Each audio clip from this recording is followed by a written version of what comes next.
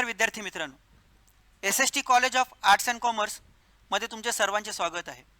ही आहे SST एडुपीडिया। मी assistant professor तुषार वागसे आपल्या सर्वांचे पुन्हा एकदा हार्दिक स्वागत करतो। आज आपण TYBA सेम 5th मधील इंडस्ट्रियल लेबर इकॉनॉमिक्स या विषयामधील सार्वजनिक क्षेत्र या प्रश्नावरती चर्चा करणार आहोत।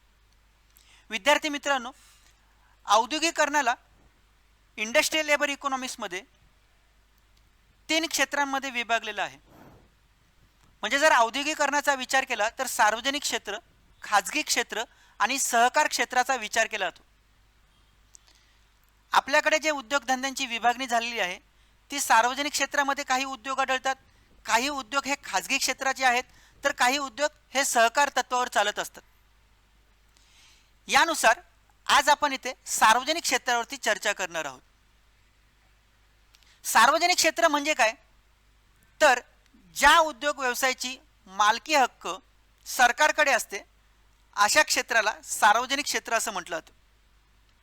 किंवा ज्या उद्योगधंद्यांवरती सरकारचे नियंत्रण असते किंवा जे उद्योगधंदे सरकारी नियंत्रणाखाली चालू असतात अशा उद्योगधंद्यांचा समावेश हा सार्वजनिक क्षेत्रात केला जातो। विद्यार्थी मित्रांनो, जर सार्वजनिक क्षेत्राचा विचार केला तर मूलभूत व अवजड उद्योग म्हणून आपण ज्यांना ओळखतो हे सर्व उद्योग हे सार्वजनिक क्षेत्रात म्हणजे सरकारी नियंत्रणाखाली चालू असतात। मग यामध्ये नेमके कोणकोणते उद्योग येतात, तर यामध्ये रस्ते उद्योग, रेल्वे उद्योग, जहाज बांधणी, त्यानंतर वाहतूक दळणवळण, वीज पुरवठा, पाणी पुरवठा, लोहपोलाद उद्योग अशा सर्व उद्योगांचा समावेश हा सार्वजनिक क्षेत्रात होतो। थोडक्यात काय, तर या सर्व उद्योगांची मालकी ही सरकारकडे असते किंवा या सर्व उद्योगांवर नियंत्रण हे सरकारचे असते। सार्वजनिक क्षेत्राची व्याख्या बघितल्यानंतर आता आपल्याला सार्वजनिक क्षेत्राची भूमिका बघायची। याला सार्वजनिक क्षेत्राचे महत्त्व म्हणून सुद्धा आपण बोलू शकतो। मग सार्वजनिक क्षेत्राचे महत्त्व किंवा भूमिका म्हटल्यानंतर त्यातला पहिला मुद्दा येतो जलद आर्थिक विकास। विद्यार्थी मित्रांनो, जर आपल्याला आपल्या राष्ट्राचा जलद आर्थिक विकास करायचा असेल तर त्यावेळी आपल्याला मूलभूत अवजड उद्योगामध्ये मोठ्या प्रमाणात गुंतवणूक करणं आवश्यक आहे। आणि मूलभूत अवजड उद्योगामध्ये ही मोठी गुंतवणूक एका खाजगी क्षेत्राला करणं शक्य नसतं। अशा वेळी सार्वजनिक क्षेत्र किंवा सरकारमार्फत अशा मूलभूत अवजड उद्योगामध्ये गुंतवणूक केली जाते। म्हणून सार्वजनिक क्षेत्र हे जलद आर्थिक विकासाच्या दृष्टिकोनातून खूप महत्त्वाचं आहे। पुन्हा आपण एकदा ह्या मुद्द्याकडे वळूया। जलद आर्थिक विकास करणं हे सार्वजनिक क्षेत्राचे प्रथम भूमिका आहे। का, तर सार्वजनिक क्षेत्रामध्ये जे मूलभूत अवजड उद्योग येतात त्या मूलभूत अवजड उद्योगांमध्ये मोठ्या प्रमाणात भांडवल गुंतवणूक करावी लागते आणि एखाद्या खाजगी उद्योजकाला, खाजगी क्षेत्राला या मूलभूत अवजड उद्योगामध्ये गुंतवणूक करणं शक्य नसतं। म्हणून सार्वजनिक क्षेत्राचं या जलद आर्थिक विकासामध्ये महत्त्व खूप असे आहे। त्यानंतर दुसरा मुद्दा जो आहे समतोलित आर्थिक विकास। विद्यार्थी मित्रांनो, सार्वजनिक क्षेत्राचा विचार केला तर सार्वजनिक क्षेत्रातील उद्योग हे सरकारी नियंत्रणाखाली चालतात। त्यामुळे अशा उद्योगामध्ये नफा मिळवणे हा मूळ उद्देश नसतो। आणि याच्या विरुद्ध जर खाजगी उद्योगाचा विचार केला तर खाजगी उद्योग हे नफा मिळवण्याच्या उद्देशाने प्रेरित झालेले असतात। खाजगी उद्योगामुळे काय होतं की विशिष्ट असे लोक हे अधिक श्रीमंत झालेले दिसून येतात किंवा विशिष्ट असा प्रदेश हा जास्त विकसित झालेला दिसून येतो। त्यामुळे समतोलित आर्थिक विकास खाजगी क्षेत्रातून साध्य होत नाही। म्हणून जर आपल्याला समतोलित आर्थिक विकास करायचा असेल तर सार्वजनिक क्षेत्राचे महत्त्व जास्त आहे। सार्वजनिक क्षेत्रामुळे काय होतं की शहरी भागाबरोबर ग्रामीण भागाच्या सुद्धा विकासाला लक्ष दिलं जातं। यातून समतोलित विकास साध्य करता येतो। सार्वजनिक क्षेत्राचे महत्त्व सांगताना पुढला मुद्दा जो आहे तो आहे नैसर्गिक साधन सामुग्रीचा पुरेपूर वापर। नैसर्गिक साधन सामुग्रीचा जर आपण योग्य वापर केला तर देशाचा जलद आर्थिक विकास साधणे मोठ्या प्रमाणात शक्य होते। आणि जर या नैसर्गिक साधन सामुग्रीचा आपण योग्य वापर केला नाही, नैसर्गिक साधन सामुग्री तशीच पडून राहिली तर त्याचा अपव्यय होऊ शकतो। आणि खाजगी क्षेत्रामार्फत ह्या नैसर्गिक साधन सामुग्रीचा योग्य वापर होत नाही. बऱ्याच वेळा खाजगी क्षेत्रामार्फत नैसर्गिक साधन सामुग्रीचा अपव्यय सुद्धा होत असतो. म्हणून विद्यार्थी मित्रांनो, नैसर्गिक साधन सामुग्रीचा योग्य वापर करायचा असेल तर यावेळी सार्वजनिक क्षेत्राला जास्त महत्त्व दिलं जातं. त्यानंतर सामाजिक समाज रचनेचे उद्दिष्ट. विद्यार्थी मित्रांनो, याआधी पण आपण बघितलं की सार्वजनिक क्षेत्राचा मूळ उद्देश नफा कमवणे हा नसतो. खाजगी क्षेत्र हे नफा मिळवण्याच्या दृष्टीनेच प्रेरित झालेले असतात.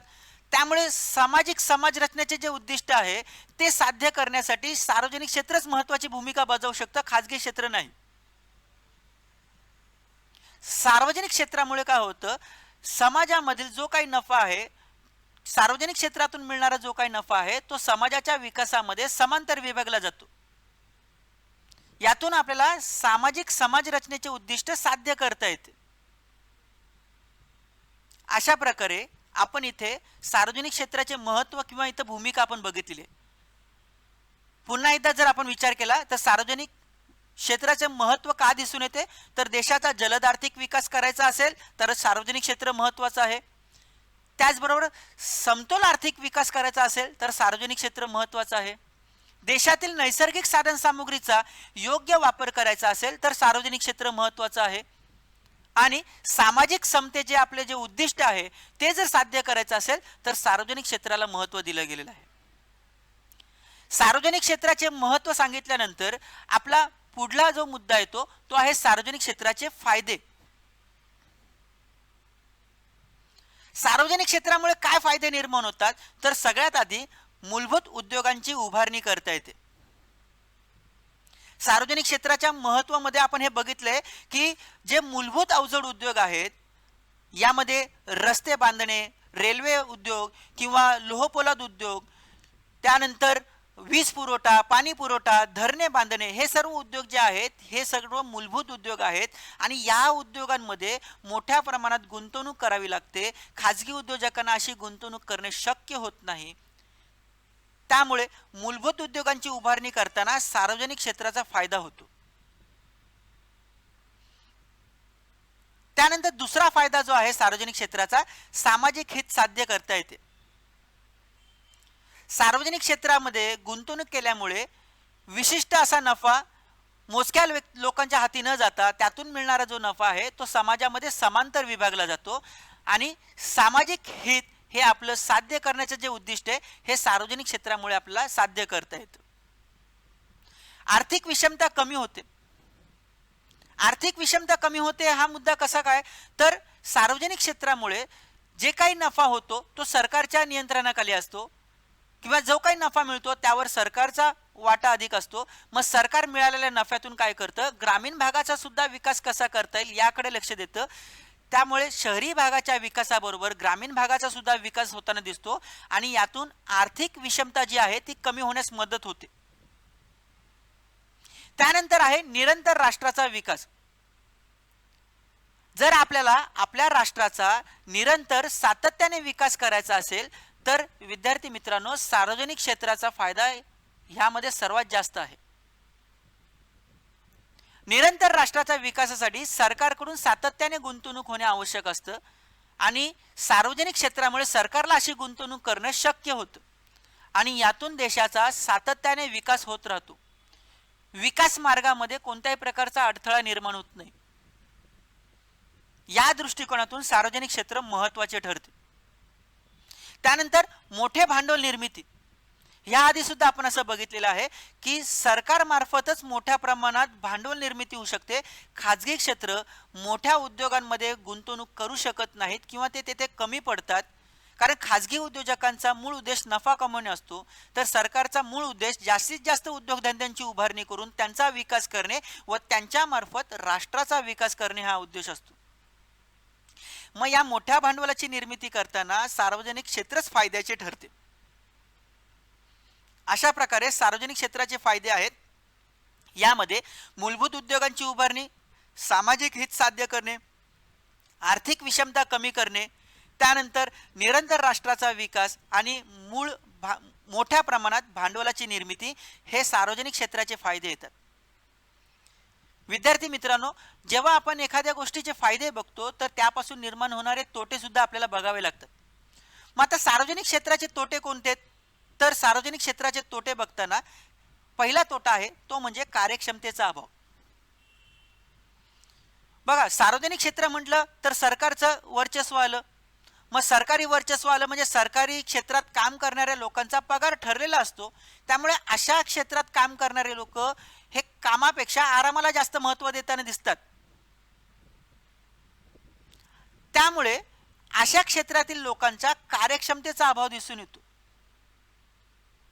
सार्वजनिक क्षेत्रामध्ये नुकसान झालं तरी त्या लोकांना त्यांचा ठराविक पगार हा दर महिन्याला मिळत असतो किंवा विशिष्ट वेळानंतर त्यांना त्यांचा ठरलेला पगार मिळत असतो. त्यामुळे त्या लोकांचं कोणतंही नुकसान होत नाही. अशा वेळी ते कार्यक्षमतेकडे दुर्लक्ष करतात. कामापेक्षा ते लोक जास्त आरामाला महत्त्व देतात.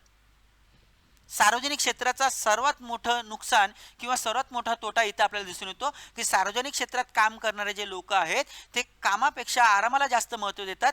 त्यामुळे त्यांच्यामध्ये कार्यक्षमतेचा अभाव दिसतो. त्यानंतर त्वरित निर्णय घेता येत नाहीत. सार्वजनिक क्षेत्रामध्ये कामगार वर्ग किंवा जो मजूर वर्ग आहे तो मजूर वर्ग त्वरित निर्णय घेऊ शकत नाही किंवा त्यांच्यामध्ये ती क्षमता नसते. निर्णय घेण्याची प्रक्रिया ते पुढे ढकलत असतात. यातून काय होतं, सरकारवरती दबाव वाढत असतो किंवा सरकारच्या काम करण्याच्या पद्धतीमध्ये अडथळे निर्माण होतात आणि याचं नुकसान सार्वजनिक क्षेत्रातील उद्योगांना सहन करावं लागतं. पुढला तोटा जर बघितला तर जबाबदारी टाळण्याची प्रवृत्ती. ज्याप्रमाणे कामगार वर्ग त्वरित निर्णय घेऊ शकत नाही त्याचप्रमाणे कामगार वर्ग किंवा हा भांडवलदार वर्गावरती जबाबदारी टाळण्याची प्रवृत्ती दिसून येते.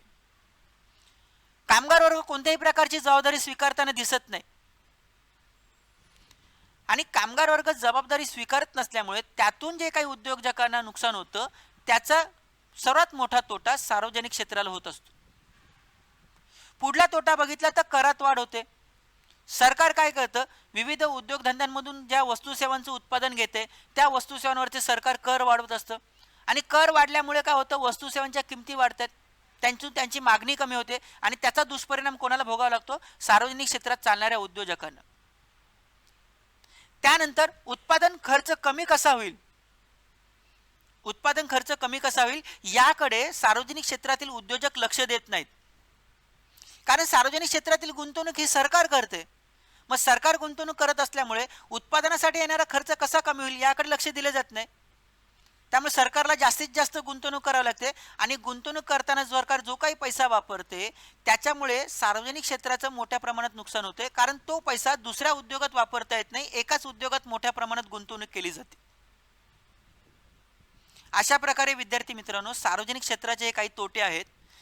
म्हणजे आज आपण सार्वजनिक क्षेत्र म्हणजे काय, सार्वजनिक क्षेत्राचे महत्त्व किंवा त्याची भूमिका, त्याचबरोबर सार्वजनिक क्षेत्राचे फायदे आणि सार्वजनिक क्षेत्राचे तोटे आज आपण इथे बघितलेले आहेत. विद्यार्थी मित्रांनो, सार्वजनिक क्षेत्र झाल्यानंतर आज आपल्याला खाजगी क्षेत्र बघायचे, पुढे सहकारी क्षेत्र बघायचे. तर यासाठी आपण पुन्हा भेटूया पुढल्या लेक्चर्सला. धन्यवाद.